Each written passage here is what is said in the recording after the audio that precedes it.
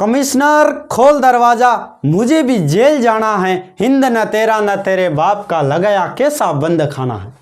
जैसलमेर के कवि तेज की ये पंक्तियां मुझे आज बहुत कुछ प्रभावित करती हैं।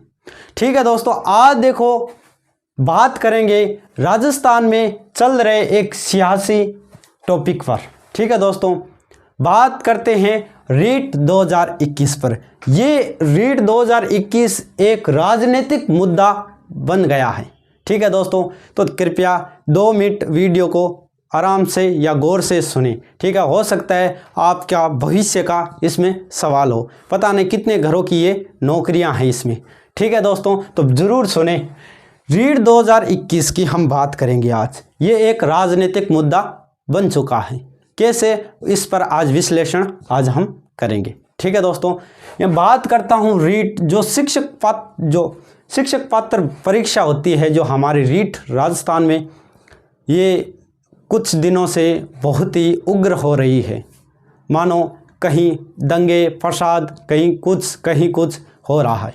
आज इसी पर हम चर्चा करेंगे, आखिर ये इतना मामला कैसे हुआ।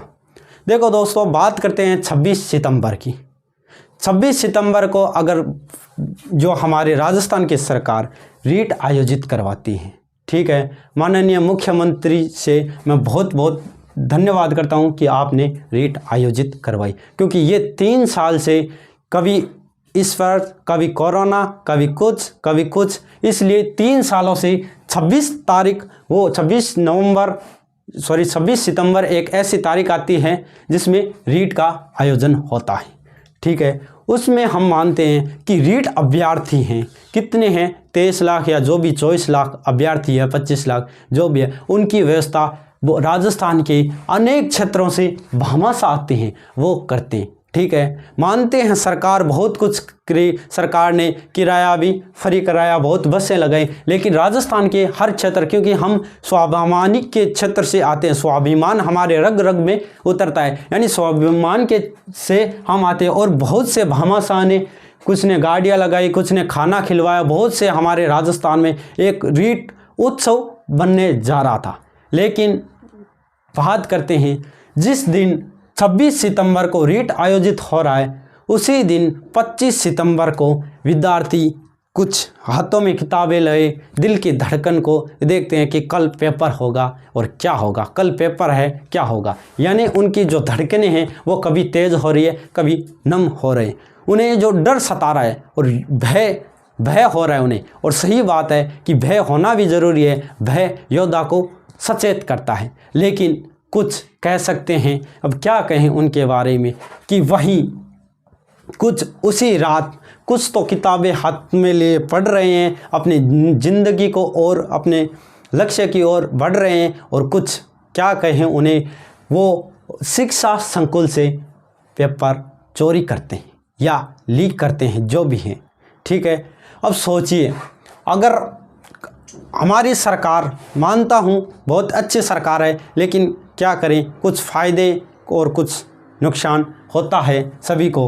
तो हमारी जो वर्तमान की सरकार है, उनका कहना था कि पेपर लीक नहीं हुआ है। क्या है, पेपर तो लीक नहीं हुआ है, लेकिन अब एसओजी जो जांच करी है उनमें हमें पता चलता है कि साहब पेपर तो लीक हुआ था।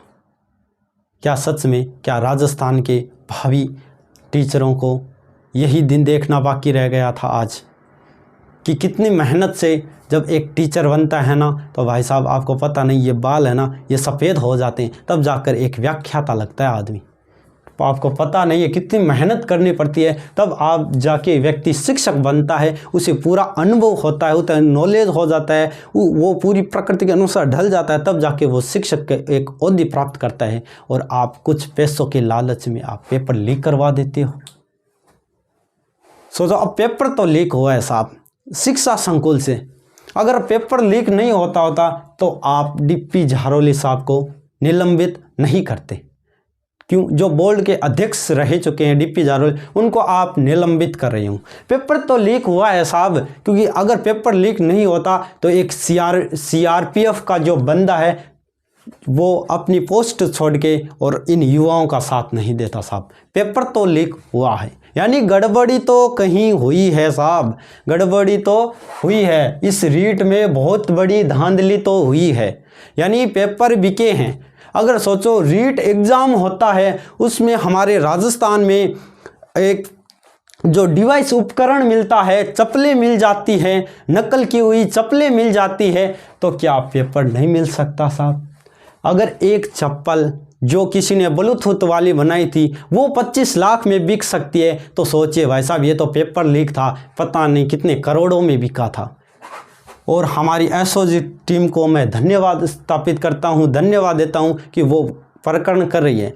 अगर साहब मेरी भी एक बात मान लीजिए, अगर आप जो भी युवा हैं भाई साथी, अगर आप मुख्यमंत्री साहब, अगर आप सच हो तो क्या दिक्कत है? अगर आप निर्दोष हो, अगर आप सच हो तो क्या दिक्कत है सीबीआई जांच कराने में? क्यों युवा हर बार कहता है सीबीआई जांच करो?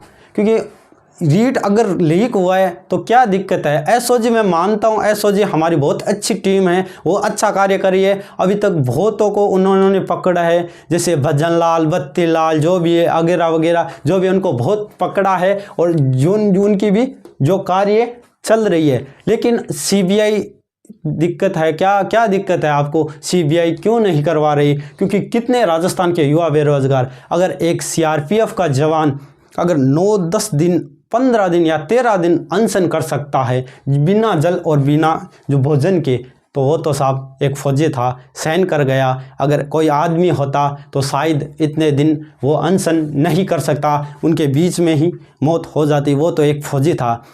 इसलिए सीआरपीएफ जवान को मैं सल्यूट करता हूं, ऐसे कि राजस्थान में हो रही धांधली के प्रति वो आए और वो कह रहे हैं कि हमारी यही मांगे हैं सरकार से कि ऐसा कानून लाए आप जिसमें भविष्य में कोई ऐसा घिनौना हरकत न करे, क्योंकि ये लाखों अभ्यर्थियों की बात है। ठीक है, तो मैं राजस्थान सरकार से यही अनुरोध करता हूं कि आप आने वाले इस बजट सत्र में, जो फरवरी सत्र में होगा, उसमें आप ऐसा कानून लाए, एक कड़ा से कड़ा कानून लाए कि कोई भी उपद्रवी है या कोई भी है जो पेपर लीक प्रकरण ऐसी घटना नहीं करे।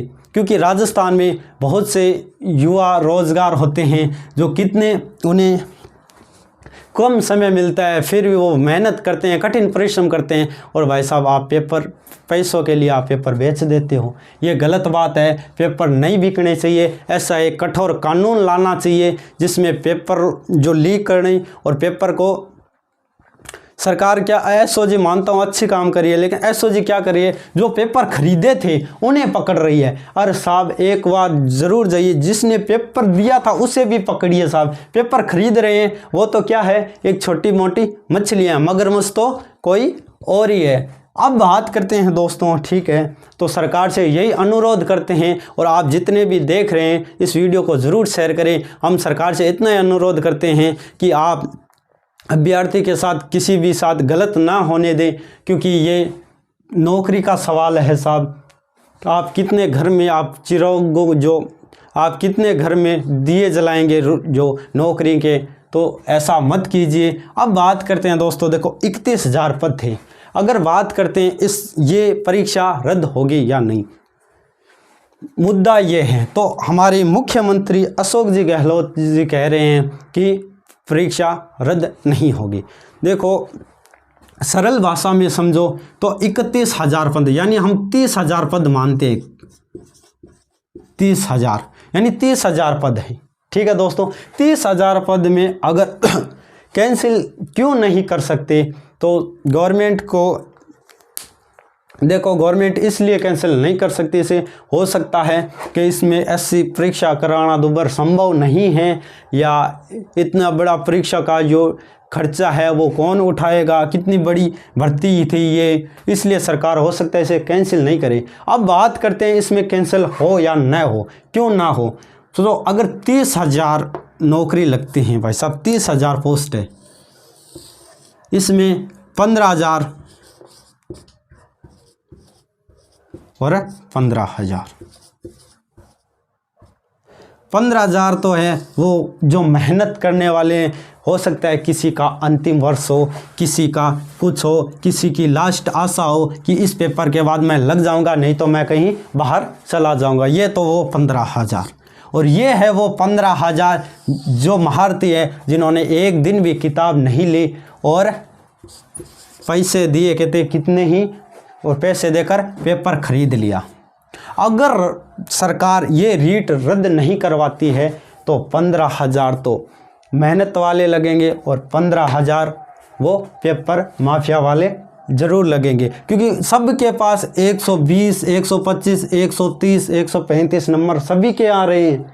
यानी पेपर तो लीक हुआ है तभी आ रहे हैं इतने, और पेपर इतना सरल भी नहीं था कि 135, 140 ला सके।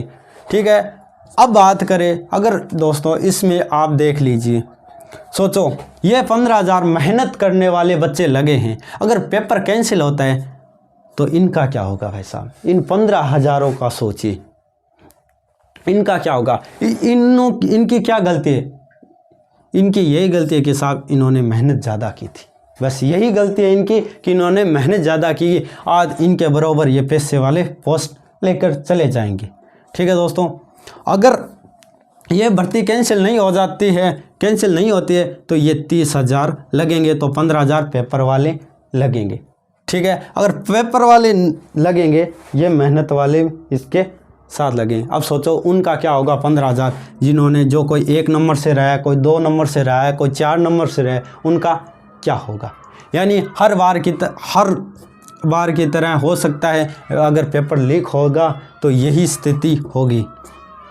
अब आपको डिसाइड करना है दोस्तों कि एग्ज़ाम रद्द हो या नहीं हो। इन 15,000 को करना है कि अगर हम 15,000 ये मांग करें कि रीट रद्द हो तो ये 15,000 बाहर हो सकते हैं, हो सकता है कोई नए मेहनत वाले लगे। अगर ये 30,000 पोस्ट सरकार देती है तो ये 15,000 सोचिए कितनों का भविष्य बर्बाद करेंगे दोस्तों, कितनों बच्चों को भविष्य बर्बाद करेंगे। क्योंकि जो खुद कभी किताब लेके नहीं पढ़े वो क्या स्कूल में जाकर किसी को पढ़ाएंगे। ये दोस्तों ये फैसला अब आपको करना है कि परीक्षा रद्द हो या नहीं हो। ये हमें कुछ नहीं कहना कि परीक्षा रद्द हो या नहीं, आपको ये समझना है कि रद्द हो तो क्यों हो और क्यों नहीं हो। अब आपको ही इस पर निर्णय लेना है, हम कुछ नहीं कर सकते। हम बस एक आपके तन मन और धन से साथ दे सकते हैं, सहयोग कर सकते हैं, बाकी इससे ज़्यादा हम कुछ नहीं कर सकते। बाकी जो हमारा सरकार का फैसला होगा वो हमें मान्य होगा। और हम यही सरकार से निवेदन करते हैं कि जो भी कठोर से कठोर हमारे इस बजट सत्र में कानून बनाए और एसओजी बहुत बड़ा खुलासा करे, और जो भी गैंगस्टर है, जो भी है पेपर लीक प्रकरण में, उन्हें जल्द से जल्द पकड़िए। धन्यवाद।